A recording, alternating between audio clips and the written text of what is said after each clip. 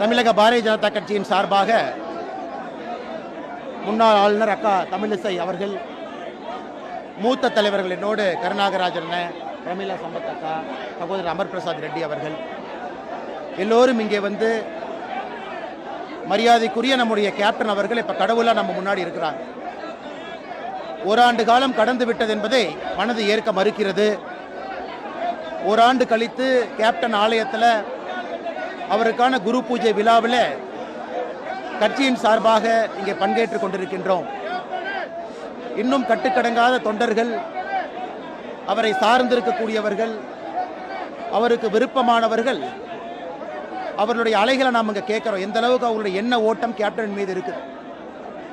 ஆனால் நாங்கள் இப்போதும் வேண்டிக் கொள்வது, கேப்டன் அவருடைய அருள் எல்லோருக்கும் கிடைக்க வேண்டும், தொடர்ந்து தமிழகத்தினுடைய வளர்ச்சி பாதைக்கு அழைத்து செல்வதாக அது இருக்க வேண்டும் என்பது எங்களுடைய வேண்டுகோள். அதே நேரத்தில் புதிதாக கேப்டன் ஐயாவை பற்றி நாங்கள் எதுவும் இங்கே சொல்ல போகிறதில்லை. 54 புதிய இயக்குநர்களை அறிமுகப்படுத்தியவர், எதையும் கூட யோசிக்காமல் அள்ளி அள்ளி கொடுத்தவங்க. தமிழகத்தில் ஒரு மாற்று சக்தி அரசியலை ஜெயிக்க முடியும் என்பதை முதன்முறையாக நமக்கு உணர்த்தியவர். அவருடைய வழிகாட்டுதல் எப்பொழுதும் இருக்க வேண்டும் என்பது எங்களுடைய வேண்டுதல். வந்திருக்கக்கூடிய எல்லோருக்கும் இந்த நேரத்தில் முதலாம் ஆண்டு இந்த குரு பூஜை விழாவினுடைய வாழ்த்துக்களையும், அதே நேரத்தில் பிரிந்திருக்கக்கூடிய கேப்டன் என்று கடவுளாக நம்மோடு இருக்கின்றார்கள், அவருடைய அருள் எப்பொழுதும் கிடைக்கும் என்றும் இங்கே இருக்கக்கூடிய அவருடைய தொண்டர்களுக்கும் கட்சி நிர்வாகிகளுக்கும், குறிப்பாக தேமுதிகவினுடைய பொதுச் செயலராக இருக்கக்கூடிய அக்கா பிரேமலதா விஜயகாந்த் அவர்கள், 2 அற்புதமான புதல்வர்கள் அண்ணன் சுதீஷ் அவர்களுக்கு தனிப்பட்ட முறையில் நாங்கள் சந்தித்து பேசி வந்திருக்கின்றோம். நல்லது நிச்சயமாக தமிழ்நாட்டிற்கு நடக்கும் என்கின்ற நம்பிக்கை எனக்கு இருக்கு. அக்கா தமிழிசை அவங்க இப்போ பத்திரிகையாளர்கிட்ட பேசுவாங்க. வணக்கம். ஒரே நிமிஷம் அக்கா பேசி முடிச்சுட்டு அப்புறம் பேசுவோம். வணக்கம். மரியாதைக்குரிய விஜயகாந்த் அவர்களும் அக்கா பிரேமலதா அவர்களும் 2014 மரியாதைக்குரிய பாரத பிரதமர் மோடி அவர்களின் கைகளை வலுப்படுத்த வேண்டும் என்பதற்காக தமிழகம் முழுவதும் சுற்றி வந்து ஆதரவாக இருந்தார்கள். அதற்கு நன்றியுணர்ச்சியோடு நாங்கள் இன்றும் இருந்து கொண்டிருக்கிறோம். மரியாதைக்குரிய விஜயகாந்த் அவர்களும் சரி, அக்கா பிரேமலதா அவர்களும் சரி, ஒரு அரசியலை தாண்டி என்னோடு அன்பாக பழகக்கூடியவர்கள். அண்ணன் விஜயகாந்த் அவர்கள் என்னை தங்கச்சி என்று தான் அழைப்பார்கள். அக்கா பிரேமலதா அவர்களை நாங்கள் 2 பேருமே அக்கா என்று அழைத்துக் கொள்வோம். ஒரு ஈடுபாடோடு உள்ள குடும்பம், மக்களுக்கு ஏதாவது நல்லது செய்ய வேண்டும் என்ற குடும்பம்.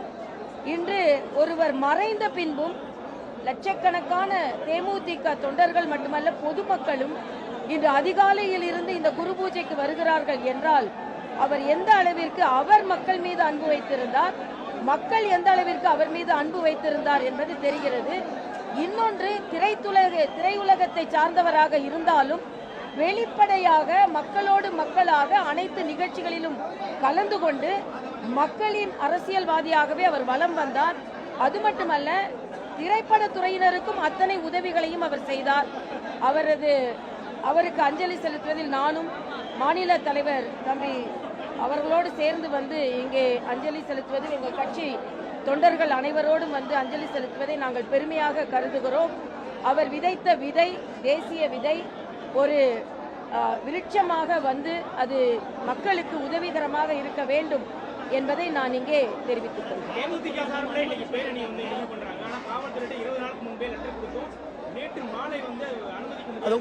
அது உண்மைதாங்கண்ணா.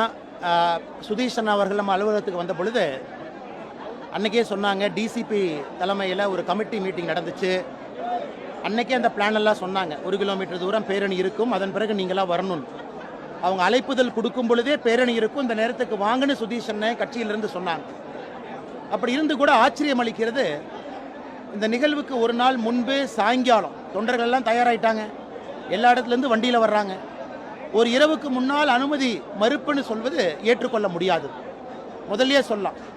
ஏன்னா இன்றைக்கி தமிழக காவல்துறையை பொறுத்தவரை ஒரு நாள் நைட்டில் சொன்னால் தான் அவங்க எப்படி கோர்ட்டுக்கு போவாங்க, எப்படி அனுமதி வாங்குவாங்க, அதை பார்த்துடலாம் என்பதற்காக கொடுக்கப்பட்டது போல் தெரிகிறது. அதனால் இதை நாங்கள் கண்டிக்கின்றோம். முதலாம் குரு பூஜை விழாவுக்கு 1 கிலோமீட்டர் பேரணி கேட்குறாங்க, எந்த பிரச்சனையும் இல்லாமல் வர்றாங்க. இத்தனை தொண்டர்கள் இங்கே இருக்கிறாங்க.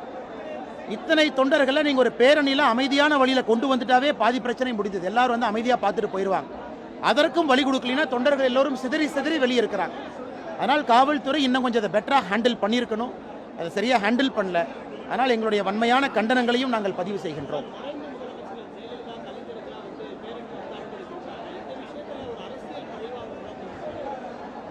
ஆனால் பழிவாங்கும் நோக்கம் என்று சொல்வதை விட அதை தாண்டி இன்னும் நான் பார்க்குறேங்கண்ணா, முதலாம் குரு பூஜை தமிழ்நாடு முழுவதும் வர்றாங்க. 1 கிலோமீட்டர் பேரணி. அவங்க அந்த நகரம் முழுவதும் போகணும், 50 கிலோமீட்டர் போகணும்லாம் கேட்கல, 1 கிலோமீட்டர் கேட்குறாங்க. அது அந்த பாலத்து மேலே ஏறி இறங்கணும். டிராஃபிக் அழகாக டைவர்ட் பண்ணலாம், எந்த பிரச்சனையும் இல்லாமல் பண்ணலாம். அதனால் நிச்சயமாக இது அரசியல் காழ்ப்புணர்ச்சியாகத்தான் நாங்கள் பார்க்கிறோம். அது முதலமைச்சருக்கே போய் பத்திரிக்கை கொடுக்குறாங்க. இது முதலமைச்சருக்கும் தெரியும், எல்லோருக்கும் தெரியும். அப்படி இருந்தும் கூட அது சரிவர நடத்தாமல் இருக்கிறாங்க. காவல்துறையை பொறுத்தவரை நிறைய தவறுகள் செய்ய ஆரம்பிக்கிறாங்க. ஆளும் கட்சியினுடைய அந்த அத்துமீறல் இன்னைக்கு காவல்துறையினுடைய கைகளை கட்டி போட்டிருக்கிறாங்க. அதனால் காவல்துறை இனியாவது தங்களை திருத்திக் கொள்ள வேண்டும் என்பது எங்களுடைய பணிவான வேண்டுகோள் காவல்துறை.